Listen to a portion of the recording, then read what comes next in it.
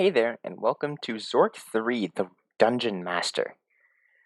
This is the direct sequel and the final text adventure game in the trilogy of Zork, released by Infocom in 1982, apparently. So this is the direct sequel of Zork 1 and Zork 2, and if you want walkthroughs of those, I have 100% walkthroughs on my channel or in the description, I believe. So go and check those out if you need to discover how these text adventures games work and how they behave, and generally how to play them overall. Zork 3 is a shorter game, I believe, in comparison to the others. However, there are a few nasty things in here that are very difficult to figure out. So yeah, it's not essential that you watch Zork 1 and Zork 2 first. There isn't a whole lot of plot or a whole lot of story other than just being on an adventure. Excuse me. And in Zork 1, it's just a treasure hunt. In Zork 2, it's defeating and outsmarting a wizard. In Zork 3, you are trying to find the dungeon master to claim the treasure of Zork or the treasure of the Great Underground Empire or something like that. So we're trying to find this vault, but in order to do that, we need to prove ourselves worthy by collecting 7 special items or treasures, and I will call them out as we collect them. So to begin with, we have our lantern adjacent to us at the endless stair. Now I will take the lantern, turn lamp on, and let's go south. As you can see, our good friend the elvish sword is embedded in a rock. If you try to take the sword, it will not work. If you try to take it like 20 times, then it'll ask you if you're King Arthur, and you are not, so we cannot get the sword. If you go east from here, you will see that there is a damp passage, and this is an important room for reasons that will soon be seen. Anyway, let's go back west, and then south a few times to the lake shore. Now we can turn off the lamp and drop the lamp, and we will not be needing it for the entire rest of the game, which is a little bit strange to me because it was essential in Zork 1 and Zork 2. Now we need to go in the lake. There are a few things to watch out for. Number 1 is temperature. If the text says that you are getting weak, then you should probably just leave the lake to shore and then go back in the lake to reset it. If you see a rock on the surface of the lake, then you need to go down. And if you see a fish under the water of the lake, then you need to go up. We do want this shiny object, though. We can try to get it, and we failed. So let's go back west, and then go in lake. Go in lake, please. Thank you. And then head back down and try to take the object again. It is a little bit of luck-based RNG, but we did get the simple golden amulet, and if we go west to the western shore, you'll see that we are now wearing the golden amulet, which is great, because that is one of the 7 items that we need to challenge the Dungeon Master. So if we go south to the scenic vista, take the torch, we'll notice that there's a suspicious table with a Roman numeral indicator that's rotating between 1 and 4. So we need to wait for it to be on 2, and then we can touch the table. Now the way this works is that the table transports you to a random, or not a random room, a set room in either Zork 1, Zork 2, Zork 3, which we are currently playing, or the Enchanter game for 4, which is sort of a sequel to the Zork games in the same universe. Anyway, touching it when it's on 2 will take us to room 8 from Zork 2, and we can take this Grue repellent from here and wait one turn to be transported back. So now we need it to be on 3, and if we touch table, you'll see that we are in the damp passage, which I called out earlier as being near the entrance or the endless stair from the beginning of the game. So we'll drop the torch here so we can get it around the lake, because if we bring the torch through the lake, then it'll be extinguished and we can't use it. Same goes for the lamp too. You also need that there. I should tell you, don't touch the table when it's on 4. You will basically just instantly die. But if you save and restore beforehand, then it's kind of amusing, so you can go ahead and do that. I should call out that if you are on the DOSBox emulator, just in your browser or something, you can save still. Just type in a random letter or something like that, and whenever you want to restore, just do restore and then E, and then it'll return you to wherever you are. I'm not completely sure on this, but I think if you clear cookies and close and reload the page, then it will not have your save data anymore. I'm not entirely sure how it works, but just to be safe, I always leave the tab open whenever I'm playing. From here, we need to go back into the lake from the western shore, and you'll notice that we drop everything, so we need to go down, take the repellent, go back up, and then go south to the southern shore. If you check our inventory just to see what we got the Amulet, which is one of the treasures, and our Grue Repellent. So we can apply Repellent to me and immediately head south twice through the dark rooms. Notice the sinister gurgling noises, which are the Grues, and we'll go east to the key room. Here we can take the key. This is another treasure that we need, and we can move the manhole. So now we can go down. The aqueduct is an interesting area that is really just complete scenery. We can just go north a few times, and this is where the time-sensitive event becomes important, because at some point between turns 80 and 150 or something like that, there will be an earthquake in the game, widespread across wherever you are. It will tell you when it happens with a rumbling or trembling noise. When that happens, this water slide becomes blocked, so there's no way to get back with the key without going through the dark area and likely dying. So you're kind of stuck if that happens to you. But now that we are before the earthquake happens, we can see that there is the torch that we dropped here from the scenic vista. So we can take the torch and use it as our light source for the rest of the game. From here, west 3 times to the cliff. Take the bread that's sitting here and then go down. You'll notice that there's a chest. If we try to open the chest, it simply will not work, and we have to wait for this man to appear. He says, "Hello, you seem to have a problem," because we can't get the chest up the rope. So let's tie the chest to the rope, because we always blindly trust strangers in these games, and we'll just take his word for it that he'll come back for us later, of course, instead of just stealing the stuff for himself. And he actually does. So let's grab the rope, and he will pull us up and give us a staff. Now, if we check our inventory, this staff, the strange key, and the golden amulet are all items that we need for the dungeon master. And as you can see in the previous line of text, there is a great tremor from within the earth. The entire dungeon shakes, and that is the signification that the earthquake has happened and the water slide is now blocked. From here, we'll go down twice to the cliff base, then south to the Flathead Ocean. As you can see, there is a boat invisible in the room description. Sometimes you need to wait a few turns for that to happen, but we're looking for this boat, and when it's appearing, just say, "Hello, sailor," and he will toss an object. If we take the vial, then examine the vial, you'll see that it's completely transparent, but it is very heavy. I wonder what it could be. The vial is an alternate solution to a puzzle. It's not essential to beating the game, but I will call out when you can use it and how if you want. Anyway, if you try saying "Hello, sailor" again, nothing happens anymore.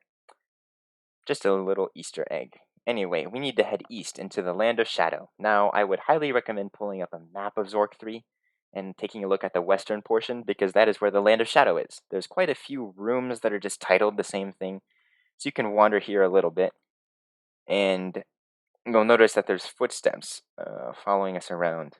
And here we go. So here, a cloaked and hooded figure appears before you. That's what you're looking for. And you'll notice that we get the sword from the junction in the rock that just teleports to our hand. Very crucial. So, attack figure with sword. And we apparently wounded the figure. The trouble with this is that the fight is very RNG dependent, so you might just get screwed over. So I would recommend saving, which I forgot to do. But saving before this and then just trying it until you get a good RNG on the fight is good. We are looking for a significant line of text. Not yet. Not yet. There we go. We're looking for "The figure appears to be badly hurt and defenseless." When you see that line, then you can take the hood and the cloak.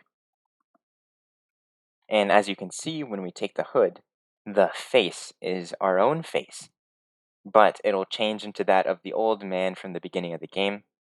And yes, so we'll take the hood and the cloak, and if we check our inventory, we have the cloak, hood, wooden staff, and the strange key and the golden amulet, and all 5 of those are items that we need for the dungeon master. So we're 5 out of 7, looking good. From anywhere in the Land of Shadow, I believe you can just head east a bunch of times until you get to the creepy crawl. And from the creepy crawl, just go east twice, south twice, and we reach the Great Door. Now, before the earthquake happens, this path eastward is blocked. Only after the earthquake happens can you head east here, and that is why we always do the lake portion of the game first, and we always do this Great Door portion of the game afterward. So let's go east to the museum entrance. And as you can see, there are an entrance to the north, east, and south, I believe. So we want to go north to start, and you'll notice that there is a suspicious golden machine with a dial reading the current year in it, and it's a time machine, and we need to do some time shenanigans with the puzzles. So I'm gonna go ahead and save here. And the only problem with this machine is that if you try to use it in this room, it won't work. So we need to push golden machine south, and then open the stone door, which is the door to the east, and then push gold machine east. Now that we're in the jewel room, you'll notice that there is a golden ring inside the cage, and the golden ring is an item that we need. It's one of the 7 treasures. So in order to get that, we need to go back in time before it's locked in the cage. So let's read the plaque real fast. And it says dedicated in 777. So let's set dial to 776. And we'll go ahead and get in machine and push button. Now, the interesting thing here is that there are guards talking outdoors, but we no longer have any of our items on us. The gold machine is also not here. It's been relocated to where it was in 776 originally. So we basically have nothing and we're just here. So let's go ahead and look around. And as you can see, there are all of the treasures just ready for taking. But don't touch any of them. Just take the ring. That's it. Just go ahead and take the ring. That's all you need. That'll bump our score to 6. And you can listen to the guards, I believe. I'm going to go ahead and save before I do this because it can be a little bit finicky. So listen to guards.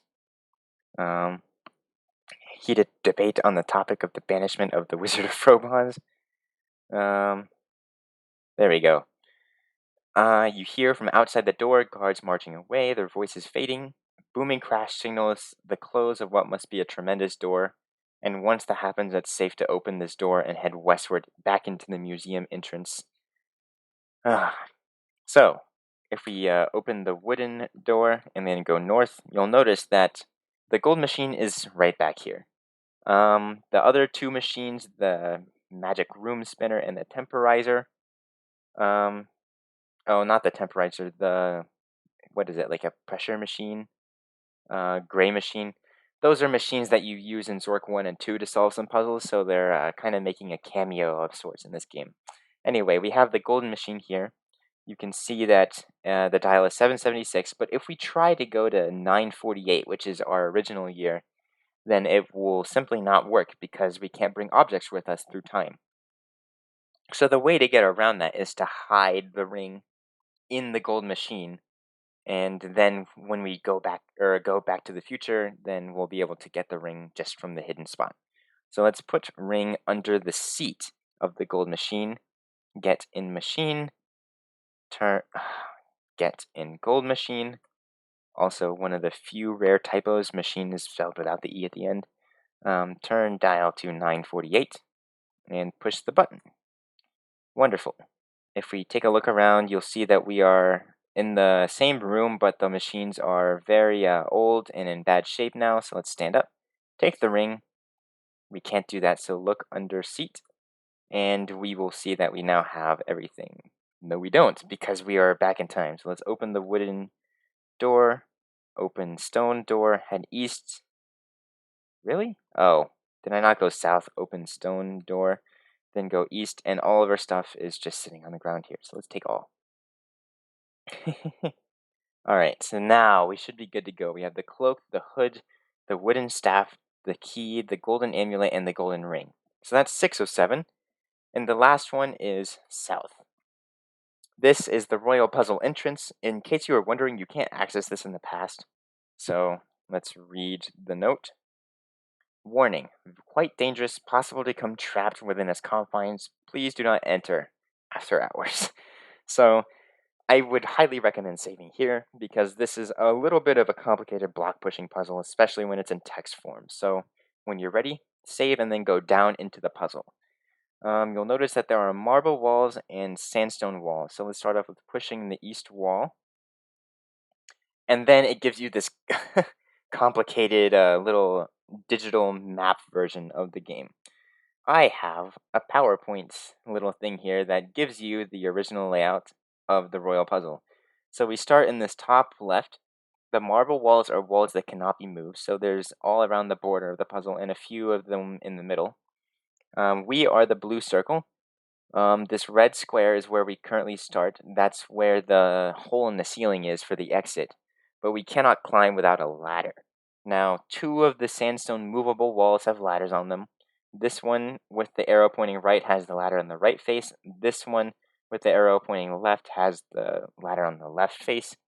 So in the end, this one will be here, and we will be able to use the ladder to get out of the maze. But to begin with, we pushed the east wall, so this is what happened. We moved that wall there, and we are now here. And as you can see, if we go back to the maze, this checks out with what we can see, this little 3x3 area right there. So, I also want to point out this green block down here, or this green square, which is currently covered by a sandstone, is where one of the last of the 7 items that we need is. So we need to go down there and hide it.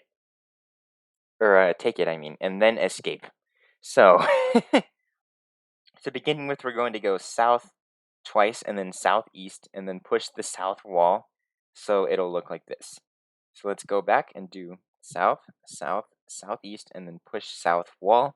And as you can see, it lines up exactly with this 3x3 area right there. So we're going to go north, the northeast, and then push the south wall once, and then we'll wind up in the green square. So let's go north, northeast, and then push south wall. And as you can see, there is this old and dusty book, which is what we need. So let's take the book, and then push the south wall once more. And when we push the south wall, this is what will happen. We will be here. Interesting. Now we just need to get this square back to this position, but we cannot do that super easily by just pushing it because we need to be able to be in a clear space on the opposite side. So if we go over here, hypothetically, if we did this and then push this to the west, there would be no way for us to get into this location right there to push it down. So we simply cannot do that. So if we go back to the original, we need to get this one out of the way first before we do anything else. So to do that, we're going to go east to the northeast and then push it west. So let's do east, northeast, push west wall. So now we should be looking like this. And if we double check, it's exactly like that. So now we're going to go to the opposite side by going southwest, northwest, then northeast, and then push the south wall. So let's go southwest, northwest, northeast, and push south wall. And now it looks like this. So we'll go southwest one more time, then push the east wall once. Southwest, push east wall. So now it looks like, it should be like this. And then we can go northeast one more time, and then push the south wall, and then it'll be down here out of the way forever. So let's go ahead and go northeast and then push south wall, and we should see the 2 sandstone, and then that's about it. Also, I believe this is supposed to be filled in. Oopsie. This should be that, apparently. Oopsie. I forgot. But now we do have a bit of a predicament, because if we immediately push this one left, we still can't get into this square. So first we need to move this top one to the right. So we're just going to go northwest and then north a bunch of times and then push the east wall. So let's go northwest and then north a few times until we can't go north anymore, then push east wall. And then we have to loop all the way back around because now the layout is like this. So we need to be able to go all the way back around in that circle and then push that wall west. So let's go southwest, south, southeast, northeast, north, and then push the west wall. So now it looks like this. And we need to get this one down twice. So let's go northeast and then push the south wall twice. Or northwest, excuse me. Then push south wall and then again. So now it looks like this. But be wary. If you push it south 3 times, then this one winds up lined up against the bottom and there's no way to move it up again. So that's just an auto loss. So no good there. So we need to go southwest, southeast, and then northeast to wind up on this side again. southwest, southeast, northeast, and then we push the west wall a few times. I believe you can just push it twice, yes. So push west wall, and then again, and then if we try to do it a third time, it won't work, because what we've just done is move it west twice, so now it's like this. Also, be wary, because if we just push this north into position, there's no way for us to get there, so we're going to have to go up to the hole with the ceiling first, and then move this one down. So let's do that by going northwest, north, northwest, and as you can see, that is the red square right there, so we need to see the circular opening, and then push south wall once. And now it should look exactly like that. The only thing left to do is to go southeast a few times, then southwest, and then push this all the way north as far as we can. So southeast, then southwest, and then push north wall again, again, again, and we can no longer do it. So what we've just done is done that, and we should be good to go. We should just be able to head north, west, and then climb up the ladder, and we are out of the puzzle with our book, as you can see. And then up, and we are out of the puzzle. Excellent. Whew. That's a little bit complicated, very hard to do in text, but hopefully the diagram helped you understand what you were actually doing. And it's actually very fun to do those sliding block puzzles. Anyway, I think that explanation is much better than simply just giving you a list of commands that work, because I don't believe that, like, what if you mess up a typing or something? Do you just reset and redo it all? Whereas if you know what the puzzle actually is and have a visualization of it, then you can kind of just solve it on your own just by intuition. Regardless, we now have the book, the cloak, the hood, the staff, the key, the amulet, and the ring, which is all 7 of the items that we need. Now we just need to find the dungeon master himself. So, let's go, not to the side room, let's go north from there, and then go north once, then west once, then north twice, then west twice, then north back to the junction, and then east a few times. Oh, never mind. East, and then from the damp passage you can go northeast, and from the dead end you go northwest to the engravings room. Now we just need to alternate between these rooms until this old and wizened man appears. You'll notice that every single time a figure has appeared that we've seen, like the man with the chest and such, you'll notice that he's always described as old and wizened. Same with the figure we fought in the Land of Shadow too. So let's wake the man, give bread to man, and that's wonderful. He shows us a secret door to the north. Fantastic. So open secret door, and then north. Now, this is where it gets a little bit complicated. If you pull up a map of Zork 3 again, this is a long north-south hallway. However, it's not very clear what the puzzle is or what you're meant to do. So from here, we just need to push button, which is great. If we go north one more time, we get to the beam room. You have to drop an object to block this beam, which is very curious, at least in my opinion. The glue repellent will work, but you're originally intended to use the sword, so I'll just do it how you're supposed to. Drop sword, and it blocks the beam of light. So now if we go north one more time, we have a few options on how to do this mirror puzzle. My mistake. I think you have to block the beam and then push the button. And then north, as you can see, there's a panel which has just been opened outward. So, the mirror box. If we go back to my good old PowerPoint, here's the mirror box. Now the deal with this is that there is a long hallway here, and the issue with the hallway is that there are 2 statues on either side in the middle of it who will shoot anything with within or between them with a laser that'll kill you instantly. So the trick with the mirror box is to use the mirrors, because they won't be able to tell that it's not their other counterpart and that it's actually their own reflection. So if you're hidden in the mirror, then you're invisible to the guardians and you get to the other side. So that's why we have this mirror box. The short pole that they will describe in the mirror box goes up and down in the middle here, and it uses a track groove in the floor to guide it. So if we go in mirror, north, here we go, inside mirror. You're inside a rectangular wooden box, and it'll give you a long wooden panel that basically just describes what this diagram shows. As you can see, there's a stone channel with the short pole in it. Alright, so this whole thing is a little bit complicated. Basically, the mirrors are actually on the red and black and the white and yellow sides. So in order for the mirrors to work, we need to rotate the box 100 or 90 degrees to the right, I believe.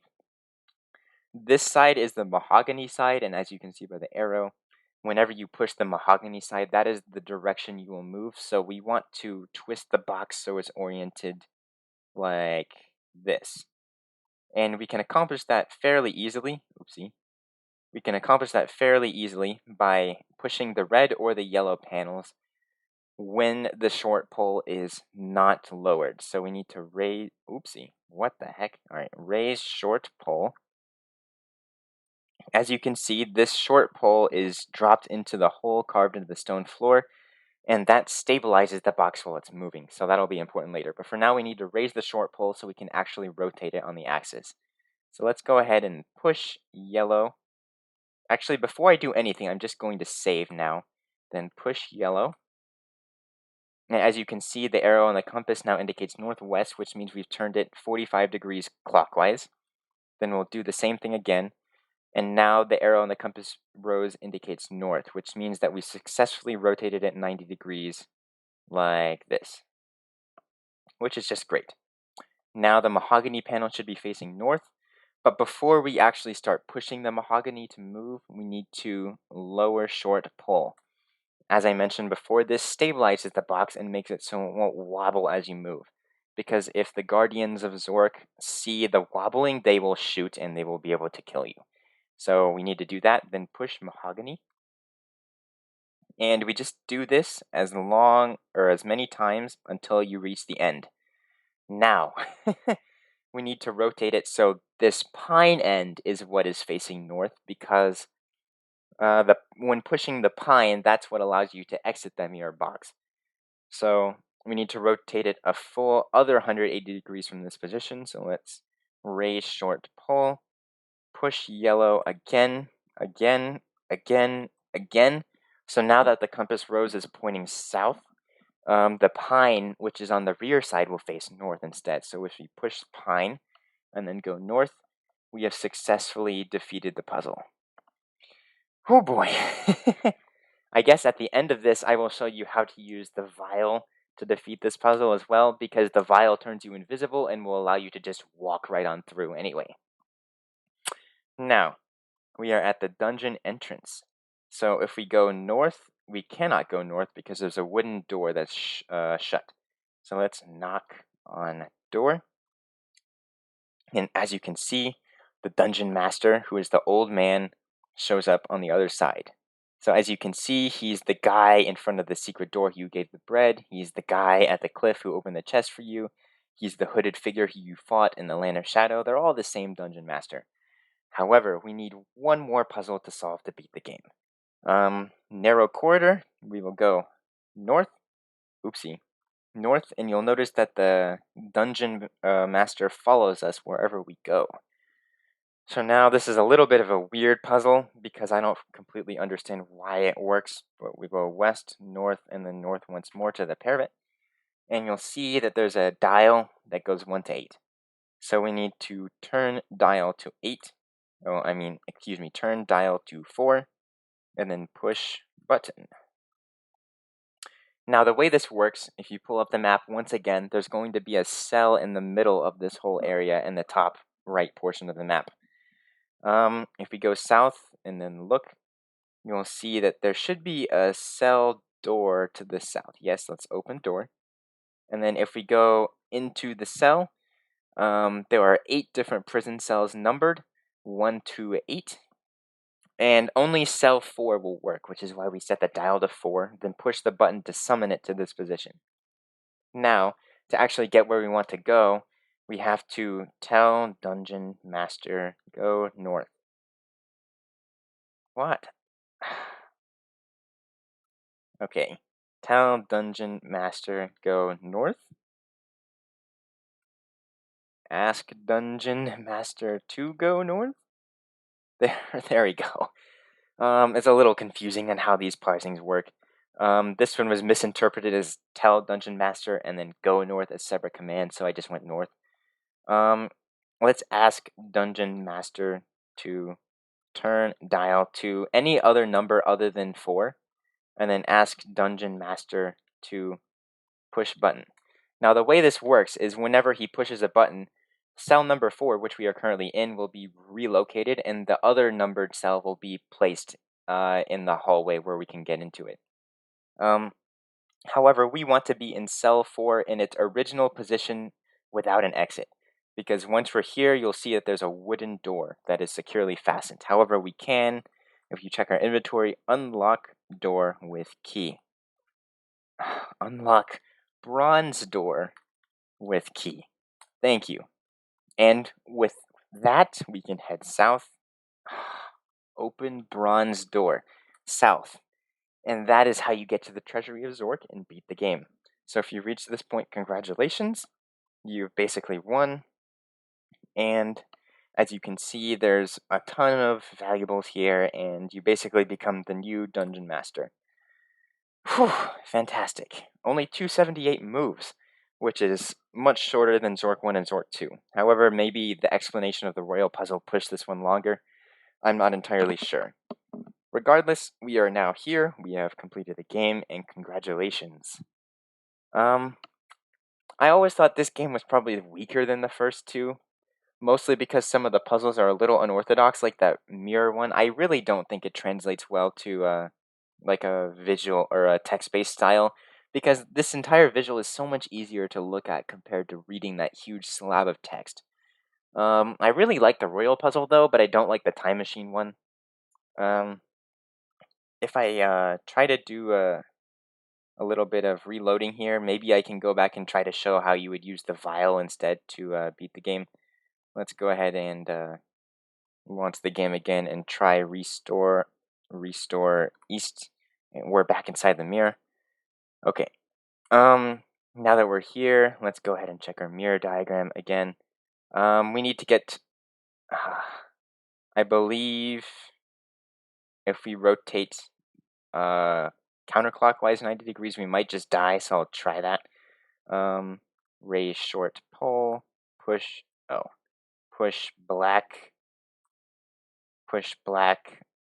push pine, north. Oh, here we go. This is actually a good explanation of what's going on here. You can see the identical stone statues facing each other, and if you cross them while not in the mirror box, you'll just die, so I'll save and then drink the vial. Examine vial, drink liquid. Open vial, drink liquid, maybe, please? Okay, well, we drank it. So if we go north, you can see on either side of us are the statues, and we'll go north and then north to the dungeon entrance, and that's an easy way to just beat that without doing the whole mirror box thing at all. Anyway, thank you very much for watching. If you haven't seen the other 2 walkthrough videos I have, go and check those out too. And I hope you enjoyed knowing how to solve Zork 3. Hopefully in the future I can do the Enchanter games. They're also very fun and complicated. And there's also a whole bunch of other modern text adventure games that are also exciting and fun as well. So I'll probably be playing those too. Anyway, thank you very much for watching. Hopefully you got something out of this video.